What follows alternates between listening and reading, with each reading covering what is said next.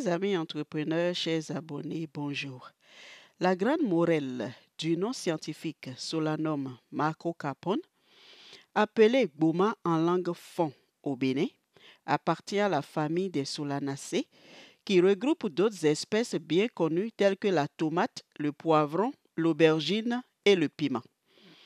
Au Bénin, ce légume est cultivé pour ses feuilles riches en calcium, phosphore et consommé comme sauce et aussi pour ses fruits. Aujourd'hui, le gboma représente le deuxième légume feuille le plus cultivé et le plus consommé au Bénin après l'amarante.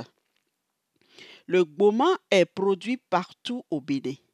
Les feuilles de gboma facilitent la digestion et sont utilisées dans le traitement de l'anémie, des maux de gorge, d'estomac et des infections de l'oreille. Les feuilles et les fruits sont utilisés comme un laxatif et un hypotenseur, tandis que les racines sont utilisées dans le traitement des parasites intestinaux. Les contraintes majeures à la production du gboma sont surtout la non-maîtrise des itinéraires techniques et la gestion des bioagresseurs. En zone rurale, il est associé aux cultures vivrières, alors qu'en zone urbaine et périurbaine, le gboma se retrouve sur les sites maraîchers en monoculture et cohabite avec des légumes exotiques et autres légumes traditionnels et constitue une source de revenus importante pour les producteurs. Malgré cette importance, bon nombre de producteurs n'arrivent pas à tirer le maximum de profit de leur production par faute de maîtrise des techniques de production. La présente vidéo s'inscrit dans le cadre de la diffusion des bonnes pratiques et techniques de production pour un meilleur rendement. Différentes formes de grandes morelles sont rencontrées au Bénin. Elles se distinguent les unes des autres par plusieurs caractères dont la couleur des tiges, la surface foliaire, la présence ou non d'épines, la forme et la couleur des fruits avant et après maturité. Les cultivars les plus appréciés et cultivés par les producteurs sont ceux qui présentent une grande surface foliaire, c'est-à-dire de larges feuilles avec une grande taille et sans épis. Il y a des exigences à la culture. La grande morelle est une espèce pouvant se cultiver tout au long de l'année. En période de saison sèche, il faut procéder à une irrigation de la culture. Elle prospère mieux sur des sols riches en matière organique, meubles et bien drainés avec un pH voisin du neutre. C'est une plante héliophile qui apprécie bien l'ensoleillement. Au Bénin, la grande morelle peut être cultivée sur toute l'étendue du territoire. Elle est plus produite en saison pluvieuse qu'en saison sèche avec un système d'irrigation. La pépinière de la grande morelle dure 3 à 4 semaines. Elle doit être proche d'un point d'eau et facile d'accès.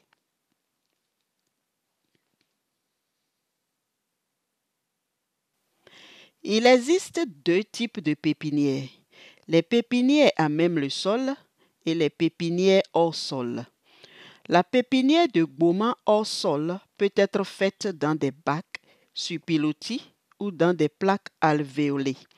On utilise des bacs pour éviter le risque d'infestation par les nématodes du sol. Pour la pépinière à même le sol, il faut choisir une parcelle où le sol est bien drainé et y préparer un lit de semis surélevé de 15 cm. Il faut rendre plat la planche et y apporter 1 à 2 kg par mètre carré de compost ou de matière organique bien décomposée. Au moment de semer, il faut ouvrir des sillons espacés de 10 à 15 cm et semer les graines en ligne à 1 cm de profondeur et espacées de 1 cm entre elles sur la même ligne. Enfin, il faut recouvrir les graines avec une fine couche de sable puis pailler. La pépinière paillée doit être arrosée avec une solution à base de produits fongiques et couverte d'un filet anti-insectes de 0,9 mm de maille. En ce qui concerne la pépinière hors sol, Il faut suivre les mêmes étapes. Seulement, on utilise un sol stérilisé. Oui, en effet, il faut chauffer le sable dans un fût, le laisser refroidir, puis mettre 2 tiers de sol stérilisé avec 1 tiers de compost dans le bac. Les quantités de semences ne varient pas d'un type de pépinière à un autre. Il faut en moyenne 600 grammes de semences de gboma pour réaliser une pépinière de 100 à 120 mètres carrés pour planter 1 hectare. Pour entretenir la pépinière, arroser régulièrement matin et soir et désherber au besoin. La germination commence 5 à 6 jours après les semis. Après la germination, enlevez la paille et construisez une ombrière. La durée de la pépinière est de 25 à 30 jours. En pépinière, un apport de matière organique par planche est conseillé selon le niveau de fertilité du sol. Il faut veiller à arroser immédiatement la pépinière après l'épandage de la fumure pour éviter les brûlures sur les jeunes plants. Traiter en cas d'attaque. Le temps que vos plants en pépinière soient aptes pour le repiquage, vous devez commencer par préparer la parcelle qui doit recevoir prochainement vos plantules. À cet effet, la parcelle doit être débarrassée des racines, des adventices, des souches d'arbres et des arbustes et labourée à une profondeur de 30 cm. Labourer le terrain et confectionner des planches de 1,2 m de large et de longueur variable, puis enfouir de l'engrais organique, par exemple fiente de volaille ou compost, en fumure de fond à la dose de 10 tonnes par hectare. Arroser préalablement la planche de pépinière, puis les planches destinées à accueillir les jeunes plantules. Procéder à la matérialisation des poquets suivant un écartement de 20 cm entre lignes et entre plants en utilisant un gabarit conçu à cet effet. Repiquer les plants vigoureux et sains pourvus de 3 à 4 vraies feuilles à raison d'un plant par poquet. Repiquer de préférence dans l'après-midi pour permettre la bonne reprise des plantules après repiquage. Arroser immédiatement après repiquage. Comment fertiliser? Outre la fumure de fond effectuée avant repiquage des plantules, il est important de procéder à des fumures d'entretien, c'est-à-dire apporter les fertilisants nécessaires à la culture après repiquage. Une semaine après repiquage, effectuer un apport d'engrais organique à la dose de 10 tonnes par hectare à incorporer dans des sillons préalablement tracés, puis refermer après apport. Cette opération est suivie une semaine plus tard par l'apport d'urée à la dose de 100 kg par hectare par fertigation, qui consiste à apporter le fertilisant minéral à travers l'eau d'arrosage. Il faut dissoudre 72 grammes d'urée dans un arrosoir d'eau par planche de 7,2 m². Apporter de l'engrais organique à la dose de 10 tonnes par hectare après chaque coupe. Les différentes opérations d'entretien incluent l'irrigation. Il faut arroser régulièrement les planches 2 fois par jour, matin et soir, surtout en période de forte chaleur et de sécheresse. Il faut également faire le désherbage, nettoyer régulièrement les allées entre planches et désherber les planches pour empêcher la compétition entre les mauvaises herbes et la culture. Finalement, faites le binage. C'est une opération qui consiste à briser la couche superficielle dure de la planche pour faciliter une bonne pénétration de l'eau d'arrosage et l'air, puis un bon développement du système racinaire.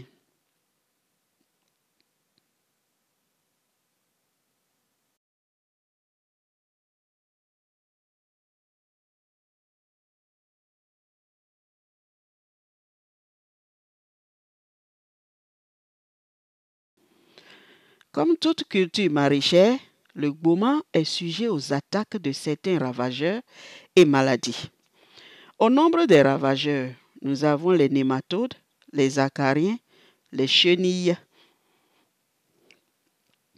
L'un des ravageurs qui réduisent la valeur marchande du gourmand est le nématode à gale qui est un nodule de la sous-espèce Peloidogyne. Ce sont de très petits vers dont les femelles provoquent des renflements appelés gales après avoir piqué les tissus des racines du gourmand. Les symptômes sont la présence de gales sur les racines des plantes attaquées, le jaunissement des feuilles, le retard de croissance des plantes, l'amincissement des feuilles et le flétrissement. Comme méthode de lutte, il faut pratiquer une rotation culturelle avec les amarantes, la désinfection du sol par solarisation et l'utilisation des tourteaux de Nîmes. Ensuite, nous avons les acariens. Les acariens constituent l'un des principaux ravageurs du gourmand. Il y en a 2 espèces qui attaquent le gourmand et créent d'énormes pertes de rendement. Le premier, Tetranechus evansi, est une petite araignée qui vit sur la face inférieure des feuilles. Il est visible à l'œil nu comme de minuscules taches oranges. Lorsqu'ils attaquent les plantes de gourmand, ils y fabriquent des soies et provoquent le jaunissement de toutes les feuilles qui se dessèchent par la suite. C'est ce que vous voyez dans l'image A. Le deuxième type d'acarien, appelé Polyphagotasonemus latus, encore appelé acarien jaune, est une très petite araignée invisible à l'œil nu de couleur jaunâtre qui vit sur la face inférieure des jeunes feuilles et provoque leur étirement, communément appelé rasta en langue locale.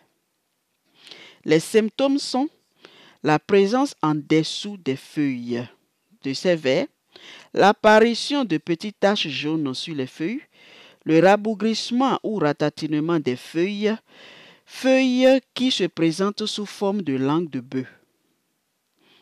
Vous pouvez voir ça dans l'image B. Comme méthode de lutte, il faut pratiquer l'irrigation par aspersion et le traitement avec des produits à base d'abamectine. Finalement, nous avons les chenilles des lépidoptères. Il y en a 2 types, Celepa docilis et Ficita melongini. En cas de forte attaque, les dégâts entraînent une perte totale des rendements. Précisons que les chenilles de Celepa docilis, très poilues, dévorent les feuilles du gourmand en ne laissant en place que les nervures. C'est ce que vous voyez dans l'image qui va suivre. Les chenilles de Ficita melongini consomment et enroulent les feuilles de gourmand pour en faire des abris, comme vous pouvez voir dans l'image qui suivra après cette image. Comme symptôme, les chenilles se nourrissent des feuilles et défolient la plante. En méthode de lutte, utilisez des produits à base de Nîmes et pulvérisez avec des produits à base d'hémamectine benzoate, acétamipride, lambda-cyhalotrine. N'oubliez pas d'intensifier le traitement à l'apparition des feuilles. À l'apparition des fleurs, pardon. Pas des feuilles, à l'apparition des fleurs. N'oubliez pas d'intensifier le traitement à l'apparition des fleurs. Au nombre des maladies qui entraînent des pertes énormes de rendement chez le gourmand, il y a le flétrissement fusarien et bactérien, l'anthracnose et la pourriture du collet. Les symptômes du flétrissement bactérien sont le jaunissement de la plante suivi de flétrissement, le flétrissement brutal de la plante. Et pour s'assurer qu'un plant de gourmand flétri est réellement attaqué par la maladie du flétrissement bactérien, il faut couper le plant flétri au niveau du collet, puis le plonger dans un petit flacon transparent contenant de l'eau. On appelle ça un test d'eau. 5 minutes après, l'eau devient trouble à cause des bactéries qui sortent de la tige coupée, comme vous pouvez le voir sur l'image de l'écran. La méthode de lutte est l'arrachage et le déplacement des plants attaqués hors du site. Vous pouvez aussi pratiquer une rotation culturelle avec les non-solanacées, de préférence les alliums. Ensuite, vous pouvez utiliser des variétés résistantes. L'anthracnose est une maladie qui se retrouve sous 2 formes chez le gourmand. La première forme est caractérisée par la présence de taches circulaires brunes, grisâtres sur les feuilles. C'est ce que vous voyez dans l'image A. Elle est causée par le champignon Coledotrichum gliosporioide. Les taches s'observent parfois sur les fruits de gourmand. La deuxième forme est la pourriture au collet des plantes du gourmand, causée par le Coledotrichum capsicum. C'est ce que vous voyez dans l'image B. Comme symptôme, vous allez noter la présence de myceliums. C'est des taches rondes, ovales ou polygonales sur les feuilles.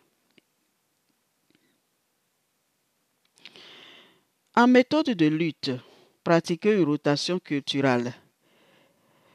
Vous pouvez aussi procéder à l'élimination des résidus des cultures, l'application de produits à base de mancozeb ou de thiophanate méthyle.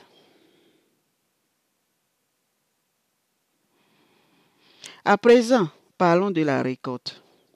La première coupe survient généralement 4 à 6 semaines après le repiquage, quand la culture est dans les bonnes conditions. La coupe s'effectue à 10 cm du collet de la plante afin de garantir une bonne régénération des plants. En fonction des variétés de l'entretien, on peut faire jusqu'à 5 coupes. Il est conseillé de ne pas arroser durant les 48 heures qui suivent la coupe. Les coupes peuvent intervenir chaque 30 jours lorsque la culture est bien entretenue. Les rendements cumulés en feuilles de gourmand varient entre 20 et 35 tonnes par hectare. Les feuilles de gourmand sont généralement vendues frais. Pour cela, il faut au préalable avoir de contact avec les clients, c'est-à-dire les bonnes dames qui viennent acheter sur le site de production et qui les transportent au marché. Chers amis entrepreneurs, vous avez maintenant assez appris pour démarrer une production de gourmand. Mais ce n'est pas tout. Vous devez aussi savoir comment évaluer la rentabilité financière de la production de la culture du gourmand afin d'apprécier si l'activité est rentable. Merci de nous avoir suivis.